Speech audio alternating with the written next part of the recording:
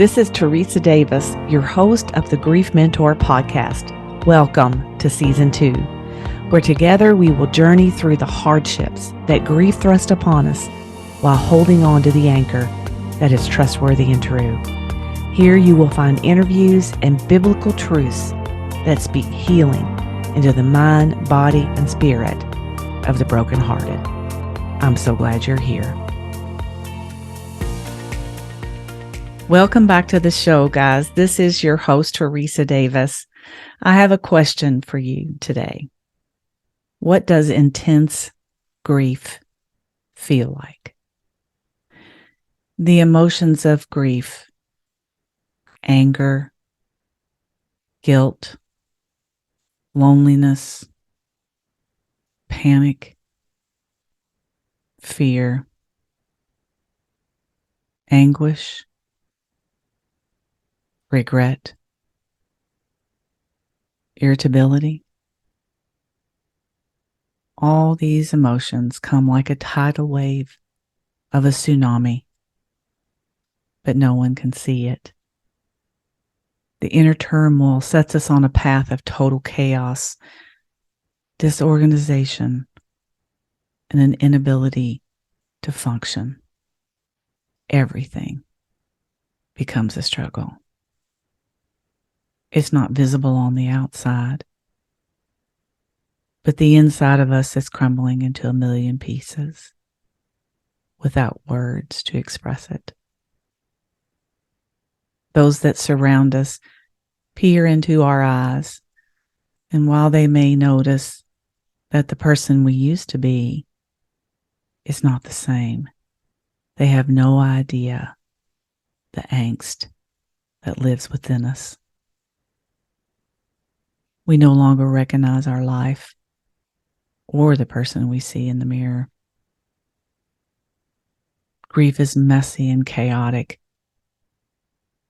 Most of us are not prepared to deal with these complex, intense emotions. And we start to believe that there's something wrong with us. Not only are we confused by what we're going through, but others around us don't understand either. All of this combined makes us feel completely lost and alone, even while in the midst of others. The weight of it all sits on our chest and smothers the breath out of our lungs, yet somehow we must muster enough strength to deal with funerals, estates, lawyers, finances, and how to survive without the one we love.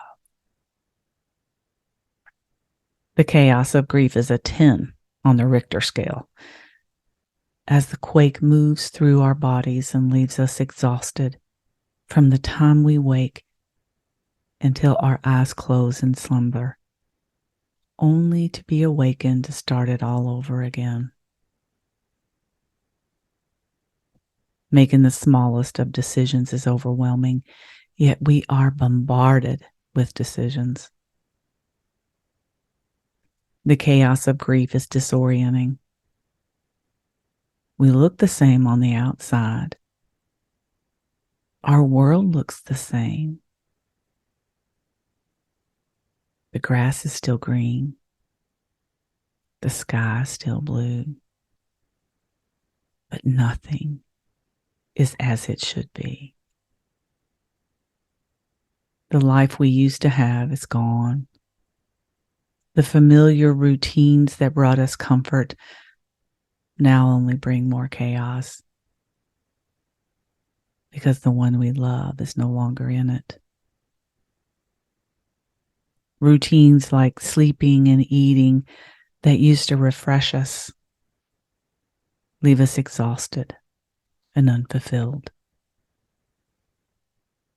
Does this describe you or someone you love? A big part of healing through grief is connecting with yourself while putting all the parts back together again in a new way that makes you feel safe and whole. The process of reconnecting all of the emotional, physical, and spiritual dots will not be an effortless journey. It will take time to process what you've been through. What I want you to hear today, right now, is that if I can survive this, so can you. Because the grief description that I gave you today was my experience. I am your grief mentor. I intend to walk beside you and encourage you. The Word of God says that two people are better than one, for they can help each other succeed. If one person falls, the other can reach out and help him up. But someone who falls alone is in real trouble. Ecclesiastes 4:9. Everyone's journey of healing is personal and dependent upon the facts of your loss. However, there are common threads. If this described you today, I urge you to reach out, because you cannot do it alone. I recently journaled this question. Think of a time that you faced an insurmountable challenge. How did you overcome? What did you learn? And what was the main lesson? The circumstances I journaled about was the death of my son. And this was my response. Slowly, with community support, my faith, with lots of intention, reaching out of my comfort zone, and relying on people with experience to walk beside me. Guys, left alone in grief is a dangerous place. Sit here with me for a minute. Think about the description of grief that I just gave you. Do you think a person with that kind of chaos rumbling inside of them is able to articulate the best next steps to take on their own? We both know the answer to that question is no. There are many resources available to help you navigate this path of chaos. I'll leave some links for you in the show notes. The bottom line is, guys, I had to reach out of my comfort zone. I had to be vulnerable. And I get it. It's really hard, especially while you're grieving. But hear me out. I'm so glad I did. And that's all I have for you today, guys.